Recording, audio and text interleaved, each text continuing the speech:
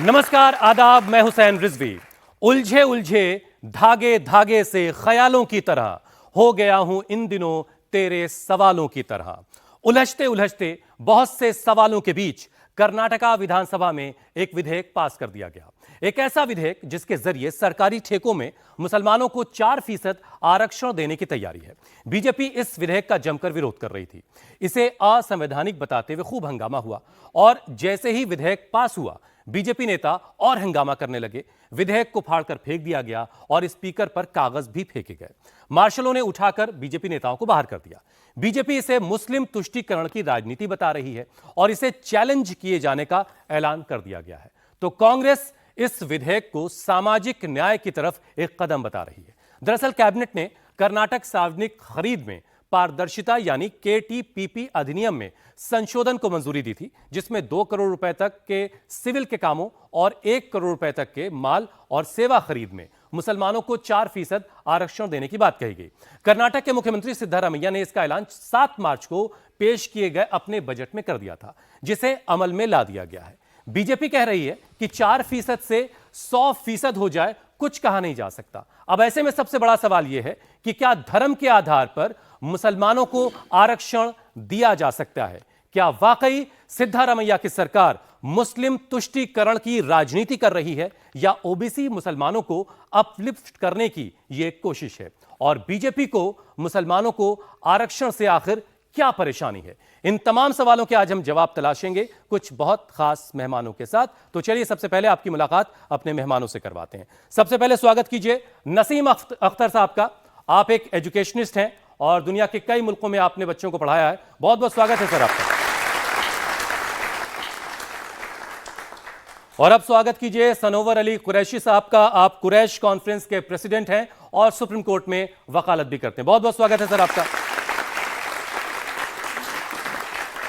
और हमारे अगले मेहमान हैं डॉक्टर शकीलुज्जमा अंसारी साहब। बिहार सरकार में मंत्री रह चुके हैं और एक और अहम बात जो उनके बारे में बताई जानी बड़ी जरूरी है, आप नेशनल कमीशन फॉर ओबीसी के मेंबर रहे, मतलब इस पूरे निजाम को बहुत बेहतर तरीके से जानते हैं। सर बहुत बहुत स्वागत है आपका। और अब स्वागत कीजिए शाहिद अली साहब का। आप सुप्रीम कोर्ट में वकालत करते हैं। बहुत बहुत शुक्रिया शाहिद साहब स्टूडियो में आने के लिए। तो कर्नाटक सरकार ने 4% आरक्षण दिया, तो जरा आरक्षण पर कुछ बहुत अहम बात आपको बतानी बहुत जरूरी है। जब मुल्क आजाद हो गया, मुल्क को एक संविधान मिल गया, तो इस संविधान में देश में उन लोगों को जो पिछड़े हुए हैं, जो विकास की राह से बहुत पीछे छूट गए थे, उनको अपलिफ्ट करने के लिए रिजर्वेशन की बात कही गई। इसमें धर्म की कोई बात नहीं थी। वो तमाम लोग जो सफाई का काम करते हैं, जो नाई हैं, जो कसाई हैं, जो बुनकर हैं, जो राइन हैं, जो सब्जी का काम करते हैं, जो धोबी हैं, जो बढ़ई हैं, जो कपड़े बुनने का काम करते हैं, ऐसे सारे लोग, चाहे वो किसी भी मजहब से आते हो, उनको रिजर्वेशन देने की बात कही गई। लेकिन 1950 के अगस्त महीने में एक बदलाव किया गया और इसमें से सारे मजहबों को हटा दिया गया। मतलब मुसलमान, सिख, ईसाई, बौद्ध, इन सबको इसमें से एक्सक्लूड कर दिया गया और सिर्फ हिंदुओं को रिजर्वेशन देने की बात कही गई।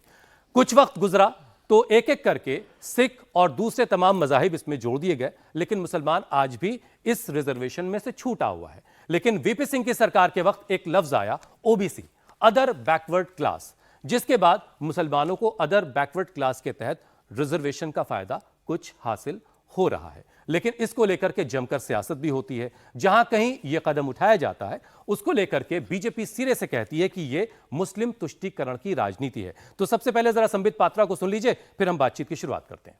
इसका अर्थ है कि ओबीसी बंधुओं के अधिकार को मार करके, उसमें सेंधमारी करके जो ओबीसी को मिलना चाहिए उसे काट करके कर्नाटक की सिद्धरमैया सरकार ने राहुल गांधी जी के कहने पर मुसलमानों को दिया है। कहीं ना कहीं यह बात आज मैं बिल्कुल खुल के कह सकता हूं कि यह जो डिसीजन कर्नाटक के सरकार ने लिया है, यह तुष्टीकरण की पराकाष्ठा है। यह एक तरह से जिहाद की राजनीति है। तो संबित पात्रा कह रहे हैं कि एक जिहाद की राजनीति है और यह मुस्लिम तुष्टीकरण की राजनीति है, ओबीसी का हक छीन करके मुसलमानों को दे दिया गया है। तो डॉक्टर शकीलुज़्ज़मान अंसारी साहब, आपसे बेहतर तो कोई होगा नहीं जिससे बातचीत की शुरुआत की जाए। आप रहे हैं ओबीसी कमीशन में, तो आप बताइए कि क्या वाकई ओबीसी का हक छीन करके मुसलमानों को दिया जा रहा है? एक पार्टी हमारे मुल्क में ऐसी है जिसको ये लफ्ज़ जो आप बार बार मुसलमान कह रहे हैं उससे उनको नफ़रत है, और इसलिए वो मुसलमान शब्द जब आता है तो आगे पीछे कुछ नहीं समझते हैं, उनके खिलाफ वो बैटिंग करने में, खिलाफ करने में, बॉल उछालने में लग जाते हैं। वही समित पात्रा जी कर रहे हैं। ये जो कर्नाटका का अभी मामला है, आगे मैं रिजर्वेशन की डिटेल बताऊंगा, इसमें कोई रिजर्वेशन से छेड़छाड़ हुई ही नहीं है। कर्नाटक में जो रिजर्वेशन, एक तो दो तरह के रिजर्वेशन हैं हमारे मुल्क में अमल करने के तरीके।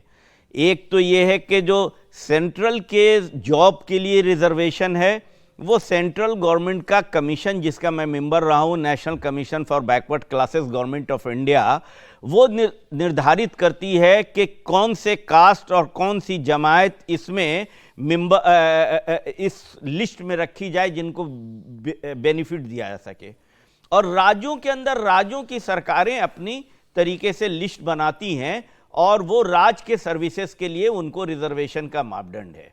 तो सबसे बड़ी बात, एक तो आपने अभी जो इंट्रोडक्शन में कहा था, उसमें इंट्रोडक्शन में यह है कि एससी और एसटी के रिजर्वेशन से एक नोटिफिकेशन के जरिया मुसलमानों को अलग किया गया था और भी लोगों को, चूंकि संविधान बनते वक्त ये सवाल बराबर उठा था कि मुसलमान, ये जो रिजर्वेशन का पहलू है कि जो अनइक्वालिटी सोशली या इकोनॉमिकली कहीं नहीं है, सोशली और एजुकेशनली बैकवर्ड की बात है, इकोनॉमिकली बैकवर्ड की कहीं तस्करे ही नहीं है।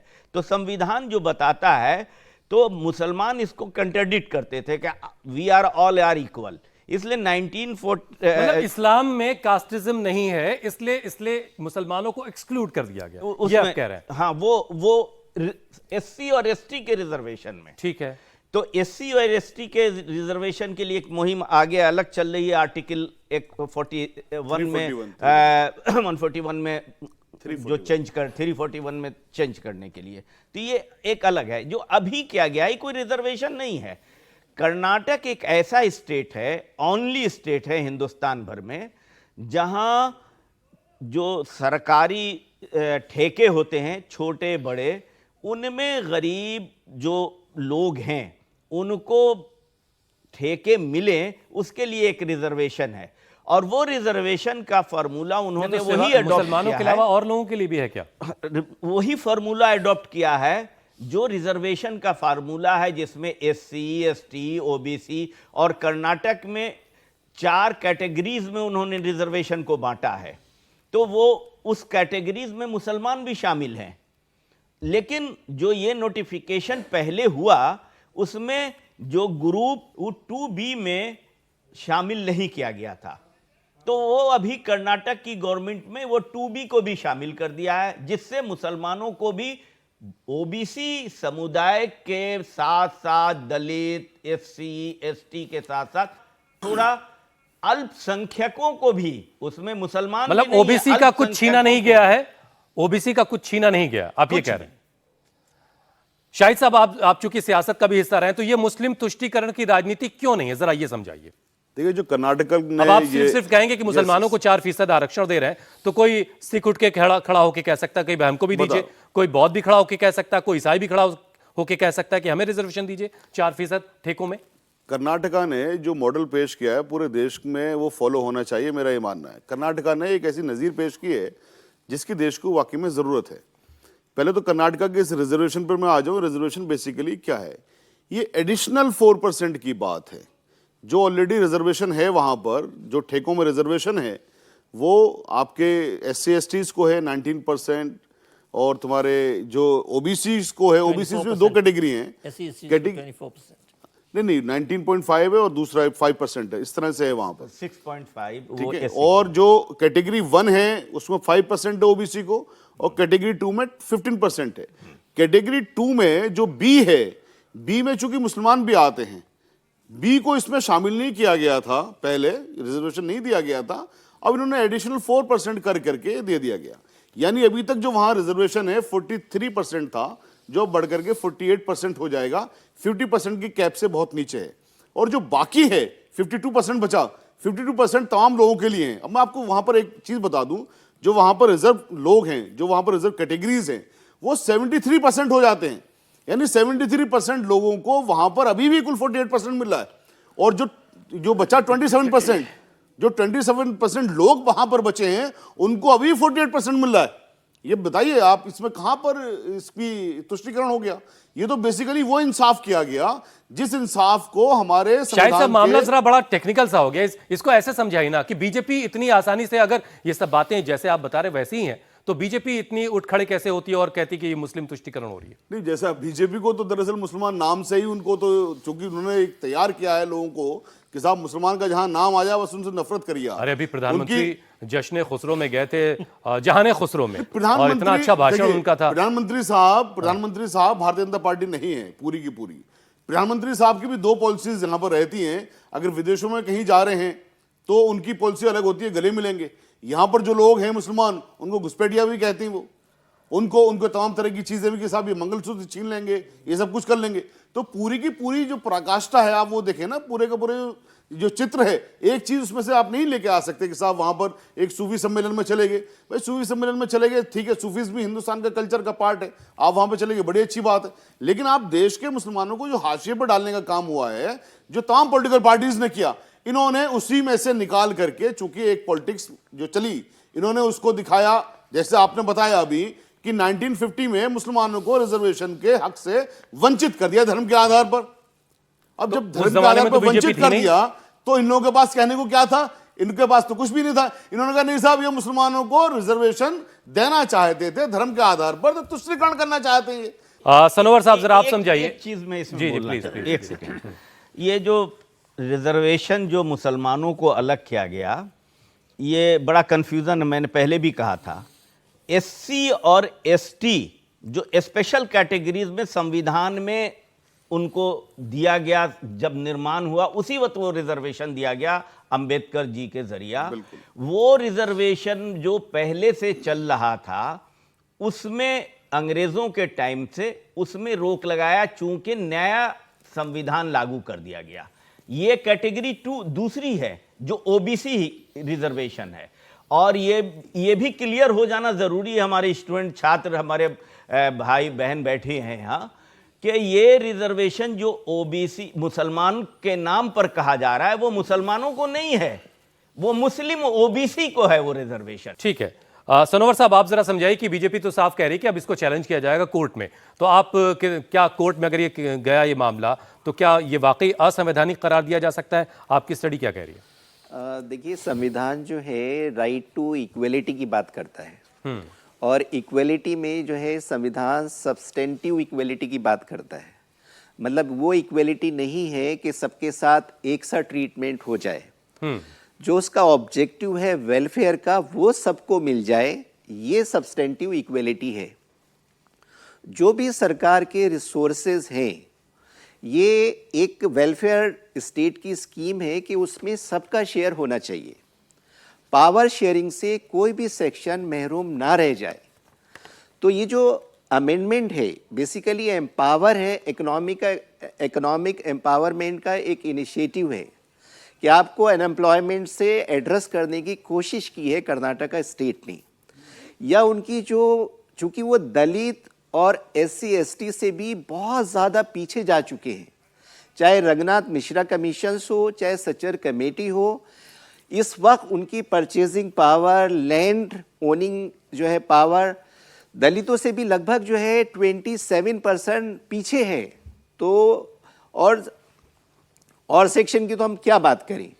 अब रही बात इसके कॉन्स्टिट्यूशनल एस्पेक्ट्स की, तो जो जैसा कि शकीलुज़्ज़मा साहब ने बहुत ही अच्छे से क्लियर किया कि ये मुस्लिम रिजर्वेशन नहीं है, ये ओबीसी मुस्लिम का रिजर्वेशन है, जो कि आर्टिकल 15 के सब क्लॉज 4 में। लेकिन मुसलमान कहने में बड़ा मजा आ रहा है। यही है देश में, ये एक नैरेटिव फेस कर रहा, क्योंकि वो अराउजल कैसे हो हेट्रेट के, वो तभी आएंगे जब आप मुस्लिम वर्ड यूज करेंगे। Yes. नसीम अख्तर साहब, आपने दुनिया भर के अलग अलग मुल्कों में पढ़ाया है, तो अब ज़रा बताइए, मैं आपसे बात में आपने मुझे बताया था कि आपने ओमान में पढ़ाया, आपने सऊदीया में पढ़ाया, इन सारे मुल्कों में जो रिलीजियस माइनॉरिटी है, जो EWS सेक्शन है, उसके लिए वहाँ की हुकूमतें कैसे उनको अपलिफ्ट करती हैं? कोई रिजर्वेशन का फॉर्मूला वहाँ भी है क्या?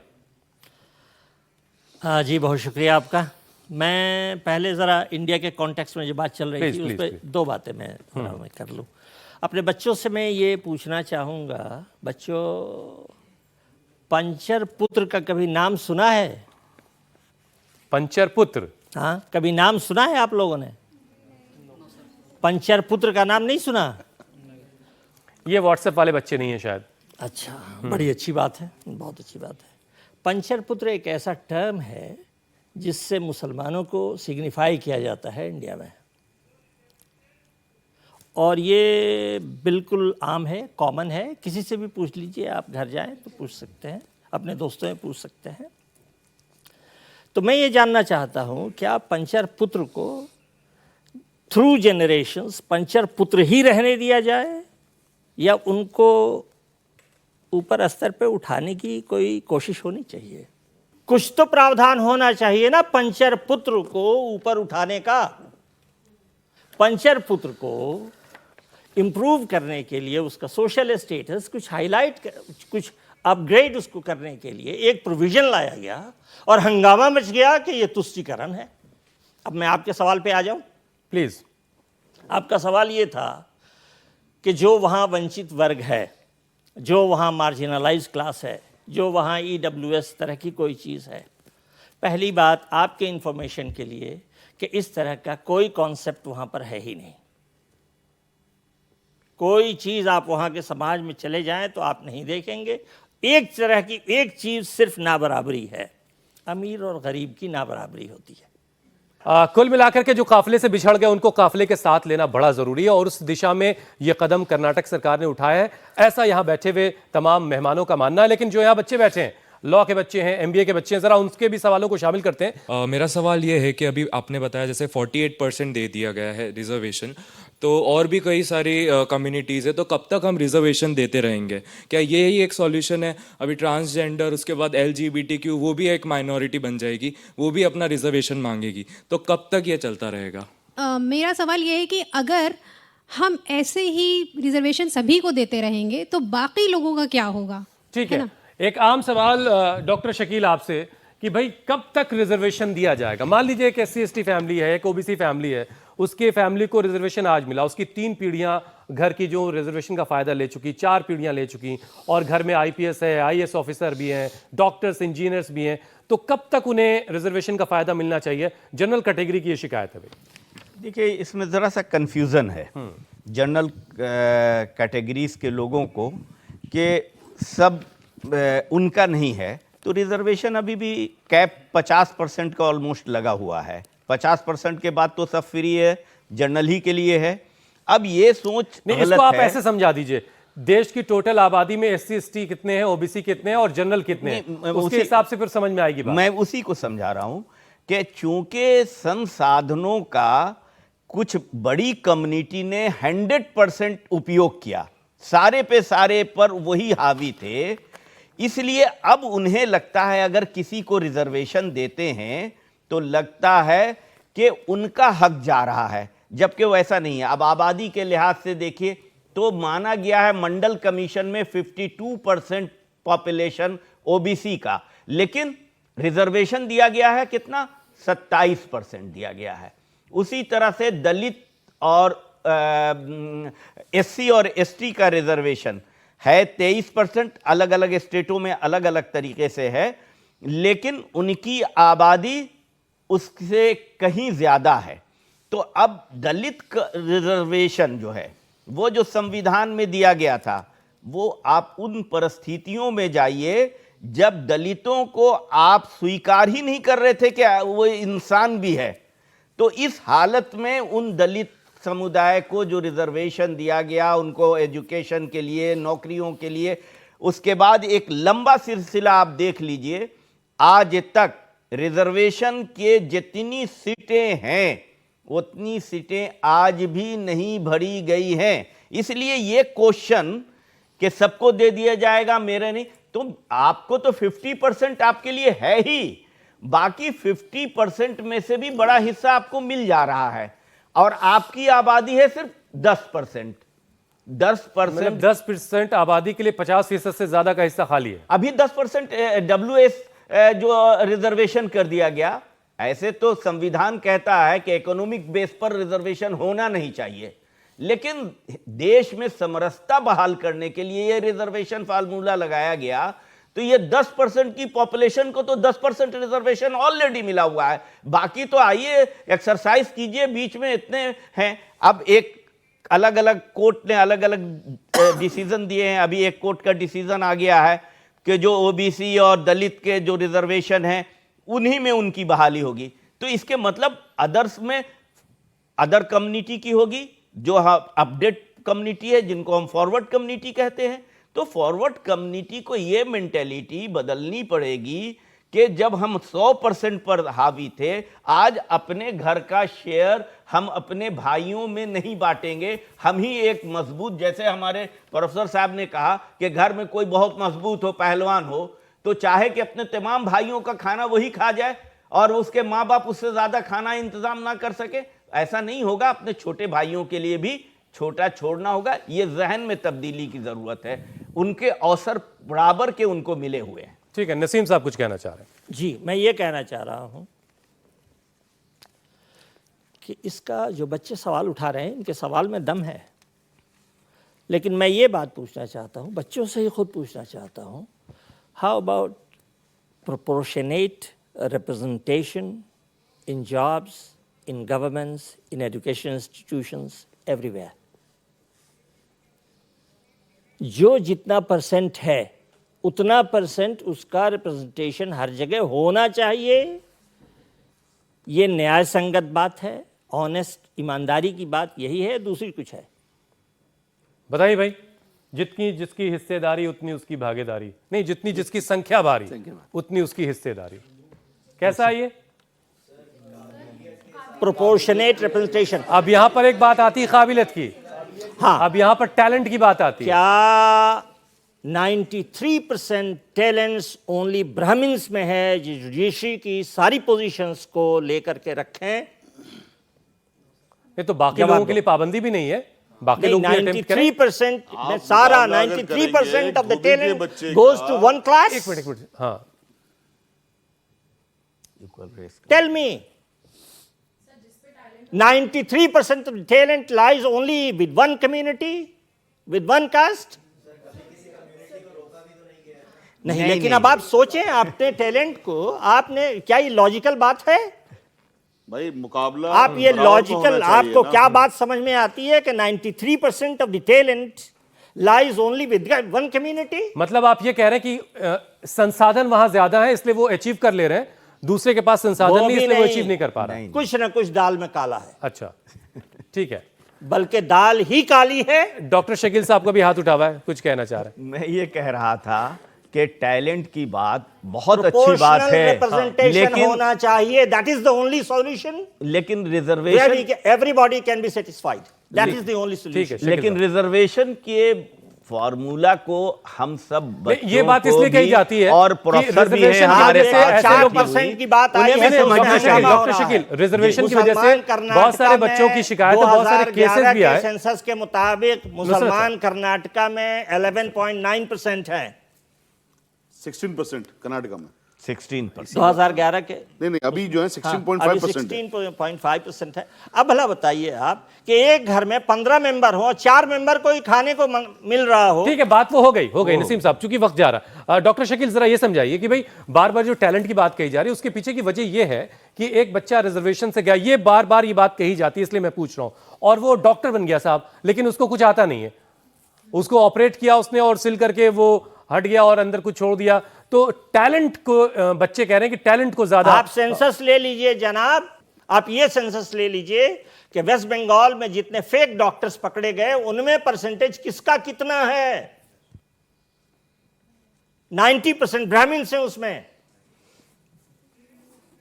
मैं किसी कम्युनिटी पर नहीं कह के, I'm sorry, मैं ये बात जिनके पास संसाधन है, मैं ये बात कहना चाह रहा था कि रिजर्वेशन आया क्यों संविधान में। हम सब पढ़े लिखे हैं जो यहाँ बैठे हैं, बच्चे, हमारी प्रोफेसर भी यहाँ बैठी हैं, उनको समझना चाहिए कि रिजर्वेशन इसलिए आया कि अब उसके हम डीप में जाना चाहते हैं।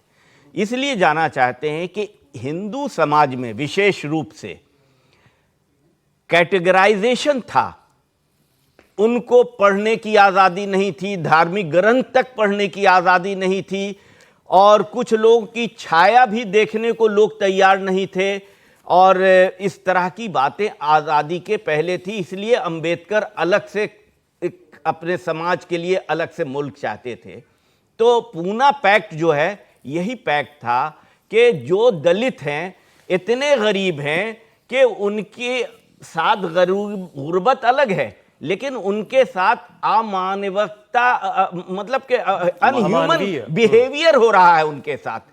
तो ये जो दृष्टि है, इसको बदलने के लिए रिजर्वेशन आया है, ना कि इकोनॉमिक क्राइटेरिया बदलने के लिए कि आप इकोनॉमिक है। उनके साथ जो भेदभाव हो रहा था, भेदभाव जो उनके साथ है, उसके लिए रिजर्वेशन फार्मूला है। और एक चीज और क्लियर कर दे, एक सेकंड बस, कि ये हिंदुस्तान में कई लोग कह देते हैं कि मुसलमानों के अंदर कास्ट सिस्टम नहीं, हम लोग सब एक हैं, मुसलमान हैं, कलमा पढ़ने वाले, ऐसा कुछ भी नहीं है।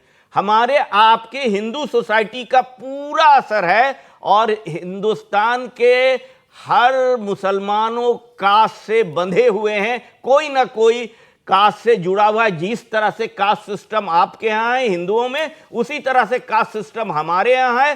तो हमारे यहाँ के भी 80% लोग बेरोजगार हैं, उनको भी परेशानी है, उनके साथ भी भेदभाव हुआ है। इसीलिए उस रिजर्वेशन की फार्मूला में ओबीसी मुसलमानों को शामिल किया गया है। इसलिए वो इस्लाम की बात अलग है, लेकिन हिंदुस्तान के सिचुएशन की बात अलग है। इसलिए मुसलमान, अब रहा मुसलमान के नाम पर बीजेपी को जो कहना है वो तो कहती है। और रिजर्वेशन की बात जैसे ही आती है तो बीजेपी, मुसलमान अगर उसमें शब्द आ गया तो बीजेपी एक अलग तरीके का वहां पर नैरेटिव सामने रखती है। सुनिए जरा संबित पात्रा को, जो वे कह रहे हैं कि 4 कैसे 100 हो जाएगा पता भी नहीं चलेगा। सुनिए जरा उनको। 4% से शुरू हुआ है, कल 100% तक जा सकता है। ऐसे ही 1947 और उससे पहले नेहरू जी के महत्वाकांक्षा के कारण जो बात केवल एक चिंगारी के रूप में आरंभ हुई थी, वो देश के विभाजन में समाप्त हुआ। केवल और केवल नेहरू जी की महत्वाकांक्षा की, I should be the prime minister of the country, मुझे राष्ट्राध्यक्ष बनना है, उसके लिए भारत मां के टुकड़े किए गए, बांटे गए। और आज राहुल गांधी उन्हीं के पद चिन्हों पर चलते हुए, जो आज 4% से शुरू हुआ है, यह कहना अतिशयोक्ति नहीं होगा कि कल 100% करने की मनसा इन लोगों के अंदर है। शाहिद अली साहब, 4 से बढ़ा के 100 पे पहुंचा दिया जाएगा, इसकी तैयारी है क्या? देखिए, इस मुल्क के अंदर जो झूठ की पूरी इंडस्ट्री है ना, बहुत बड़ी इंडस्ट्री लगाई ना झूठ की, और झूठ बोलना शुरू करते हैं तो बस झूठ बोलना शुरू कर देते हैं। जैसे अभी 4% की बात है, 4% में मुसलमानों के लिए नहीं है, ओबीसी की सेकंड कैटेगरी में है, बी में, जिसमें मुसलमान भी आ जाते हैं, तो इनके पेट में इतना दर्द हो जाता है। इनको ज़रा मुझे बता दें, भारतीय जनता पार्टी वाले लोग, कितने लोग इनके यहाँ पर लोकसभा में एमपी हैं मुसलमान, कितने एमएलए हैं, कितने मंत्री हैं? 0। क्या मुसलमान इस देश का अंग नहीं है? क्या मुसलमान देश का पार्ट नहीं है? क्या मुसलमानों को पार्लियामेंट में, असेंबली में नहीं होना चाहिए, मंत्रालय में नहीं होना चाहिए? क्या मुसलमानों को नौकरियां नहीं मिलनी चाहिए? क्या मुसलमानों को जीने का अधिकार नहीं है? जब पार्लियामेंट में रिपोर्ट टेबल हो चुकी हैं, सचर कमेटी ने कह दिया दलितों से निचले स्तर पर पहुंच गए, तो क्या इस देश का कंपोजिट फर्ज नहीं बन जाता अपने इन भाइयों को ऊपर उठाने का, अपने इन भाइयों को मेन स्ट्रीम में लेके आने का? क्या मुसलमान कोई ऐसी चीज, ऐसी बला का नाम हो गया है कि साहब इसको दूर रखिए आप, वरना तो पता नहीं क्या हो जाएगा? क्या मुसलमानों ने देश के आजाद कराने के लिए कुर्बानियां नहीं दी? एक ही बार में नहीं तो कुर्बानियां दी तो पाकिस्तान ले लिया, ये कहा जाता है आपसे। सहारनपुर से लेकर के लाहौर तक 1.5 लाख उलेमाओं नहीं, शाहिद साहब, कुर्बानियां दी तो पाकिस्तान ले लिया ना। जिन लोगों ने पाकिस्तान ले लिया उनके साथ तो मुसलमान नहीं गए ना, मुसलमान तो अपने हिंदू भाइयों के साथ रहे यहाँ पर। देखिए, पाकिस्तान जिन लोगों ने मांगा उन लोगों ने ले लिया, लेकिन इन मुसलमानों की क्या गलती है जिन्होंने अपने हिंदू भाइयों पर यकीन किया कि उनके साथ ये नाइंसाफी नहीं करेंगे, नाइंसाफी नहीं होने देंगे। और ये आज जो नाइंसाफी हो रही है, क्या हमारे हिंदू भाइयों का फर्ज नहीं बनता, जिन पर यकीन करके यहां पर हमारे बड़े रुके कि हमारे साथ नाइंसाफी नहीं होने देंगे, ये हमारे हिंदू भाइयों का फर्ज नहीं बनता कि भाई मोदी जी, भाई भारतीय जनता पार्टी वाले, बताओ इनके साथ इतना जुल्म क्यों, नाइंसाफी क्यों? ये तो हमारे ऊपर यकीन करके इस देश के अंदर रुके ना, अपने मुसलमान भाइयों के साथ नहीं गए ना, हिंदू भाइयों को इन्होंने ज्यादा माना अपने मुसलमानों के मुकाबले में। तो ये लोग जो हिंदुस्तान के मुसलमान हैं, उन्होंने मुसलमानों के मुकाबले में हिंदुस्तान के हिंदुओं को तरजीह दी, यहां पर रुके इसलिए कि यहां पर आज की डेट में एक पॉलिटिक्स चलेगी जहां पर मुसलमानों को बिल्कुल इस तरह का बिहेवियर किया जाएगा, उनके साथ ऐसा व्यवहार किया जाएगा कि उनको शायद समुद्र के गर्त में डालने के चांस। ठीक है, ठीक है, ठीक है। अब जरा कुछ और सवाल बच्चों के लिए लेते हैं, पूछिए। मैं ये सवाल पूछना चाहती हूँ, जो 12% लोग आप कह रहे हैं, वही मैंने जितना देखा है अपने एरिया में, सबसे ज़्यादा दंगे वही लोग शुरू करते हैं। दूसरा कि ये जो 4% आप लोगों ने बोला कि सामाजिक कल्याण के लिए हुआ है, तो समाज में कोई और नहीं आता, बैकवर्ड क्लास सिर्फ मुसलमान ही आते हैं? ठीक है, आइए आइए लाइए। ओबीसी भाई सारे दंगे नसीम साहब मुसलमान क्यों शुरू करते हैं भाई, बताइए। अच्छा, सारे दंगे मुसलमान ही शुरू करते हैं जी? ये जी ठीक है, ठीक है, बताइए। इनको व्हाट्सएप ने यही बताया सर। बताने दीजिए। मैं तो बिल्कुल हैरान हूँ कि सारे दंगे मुसलमान ही शुरू करते हैं। ये बताइए कि मुसलमान ही झुंड बनाकर मंदिरों के सामने जाकर कुरान पाक पढ़ते हैं, या हनुमान चालीसा पढ़ने के लिए मस्जिदों के सामने जाया जाता है? ये बता दो बाबू। भाई मुसलमानों पर इल्जाम ये है कि वो दंगे करवाते हैं और दंगे करवाते हैं और रोड ब्लॉक करके नमाज पढ़ते हैं। हैं। जब हमसे हमारी मस्जिदों को आप ले लेंगे तो हम क्या करेंगे बेटा? दिल्ली में 70 हमसे मस्जिदों में मस्जिदों नमाज को ले बैन कर रखी लेंगे, है। हमें मस्जिद आप बढ़ाने नहीं देंगे। वो जो गोल्डन कौन सी मस्जिद है वहाँ, गोल्डन क्या, सुनहरी मस्जिद, सुनहरी मस्जिद जी, सुनहरी मस्जिद। वो सुनहरी मस्जिद के चारों तरफ राउंड अबाउट है, वहाँ बस्ती थी। वो 400 साल पुरानी मस्जिद है, और उसके अराउंड में वो बाद में कनॉट प्लेस और वो सारा लुटियंस दिल्ली वो डेवलप हुआ, उसकी एरिया की ज़मीनें ले ली गई, और अब कह रहे हैं इस मस्जिद ही को ख़त्म कर दो चूँकि वहाँ कंजेशन हो रहा है। ये सही है? अब मुसलमान जो उस एरिया में रहते हैं, रहाइश तो नहीं है उनकी, जो ऑफिस में जाते हैं वहाँ काम करते हैं, वो जुमे के दिन कहाँ नमाज पढ़ने जाएंगे? आप बता दीजिए। उनकी मस्जिद को तो डिमोलिशन की लिस्ट पे आपने ला दिया है। ठीक है, अब मुझे कंक्लूड करना है। देखिए, चूंकि रिजर्वेशन 4%, हाँ, जो क्या मुस्लिम तुष्टीकरण है वाकई ये? नहीं, ये बिल्कुल भी तुष्टीकरण नहीं है। ये उनका, जैसे मैंने शुरू में भी कहा था, ये अनएम्प्लॉयमेंट को जो है एड्रेस करने के बारे में है, उनकी जो इकोनॉमिक कंडीशंस है उसको बेटर करने के बारे में है, उनको मेन स्ट्रीम से जोड़ने के बारे में है। जैसा कि आपका ये एप्रीहेंशंस है कि इस तरीके से हम करेंगे तो फिर बाकी का कैसे रहेगा, तो जैसे शकील उस जमा साहब ने बताया कि ऑलरेडी एक इंदिरा साहनी जजमेंट का भी है, 50% का एक कैप है, तो उससे एक्सीड नहीं होता है, बल्कि मोदी गवर्नमेंट ने ही 10% का लाके उस लिमिट को एक्सीड किया है।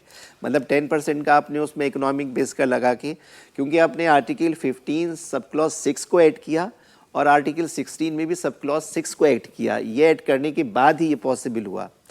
तो ये जो है ये प्योरली एक, और बराबरी का हक जो है रिसोर्सेस में सभी सेक्शन का हक है। ठीक है, ठीक है, बस एक फाइनल कमेंट, 3 सारे सेकंड, बच्चों 30 के सेकंड जवाब के साथ में बता रहा हूं मैं। देखिए, कर्नाटका की जो बात चल रही है, कर्नाटका में आप सारे बच्चों को जवाब है, दलित की पॉपुलेशन है वहां पर 19.5%, मुसलमान है 16%, लिंगायत है 14%, वोकालिगास है 11%, कुरुबाज है 7%, शेड्यूल ट्राइब है 5%, अदर ओबीसी है 16%, उनको 15% मिला हुआ है ऑलरेडी, ब्राह्मण है 3%, क्रिश्चियन है 3%, बुद्धिस्ट और जैन है 2%। जो ओबीसी 15% है उनको मिला, 16% में 15% को मिला हुआ है। मुसलमान 16% है, उन 16% में से सिर्फ 4% को मिला है, और जितने भी ये दलित हैं इन सबको पूरा मिला हुआ है। जो लिंगायत हैं, वोकालिगास है, कुरुबास है, इन सबको मिला हुआ है। ये कुल मिलाकर के हो जाते हैं, इनकी जनसंख्या देखें तो 73%, रिजर्वेशन मिला हुआ है कुल 48%। कितनी नाइंसाफी है इन सबके साथ। बाकी सब जो 3% ब्राह्मण चलिए, हैं, ठीक है। उनके लिए बचा हुआ है। चलिए ठीक है, रिजर्वेशन को लेकर राजनीति होती रही है और आगे भी होती रहेगी, लेकिन समाज में कोई अगर पीछे छूट जाए तो उसको साथ लेना जरूरी है। ये प्रोग्राम आपको कैसा लगता है मुझे जरूर बताइएगा। आप मुझे मेल कर सकते हैं, mail@indiatvnews.com के जरिए आप अपनी बात मुझ तक पहुंचा सकते हैं, और आप सीधे मुझसे जुड़ सकते हैं @husain के जरिए। अगर हमारा देश एक शरीर है और उसका एक हाथ या एक पैर या कोई और हिस्सा शरीर का अगर विकसित नहीं है तो यह शरीर जिंदगी की जंग कैसे जीतेगा, और इसीलिए शरीर के सभी हिस्सों का पूरा विकास होना बहुत जरूरी है। जानकारों का मानना है और बहुत सारी रिपोर्ट्स बताती हैं कि देश में मुसलमानों की आर्थिक और सामाजिक स्थिति को बेहतर किए जाने की जरूरत है। ऐसे में लोग कह रहे हैं कि विकास के काफिले से बहुत से लोग पीछे छूट गए हैं। मुसलमानों को भी साथ लिया जाना चाहिए ताकि देश विकास की मंजिल तक पहुंच सके। मुश्किलें जरूर हैं मगर ठहरा नहीं हूं मैं, मंजिल से जरा कह दो अभी पहुंचा नहीं हूं मैं। बहुत बहुत शुक्रिया।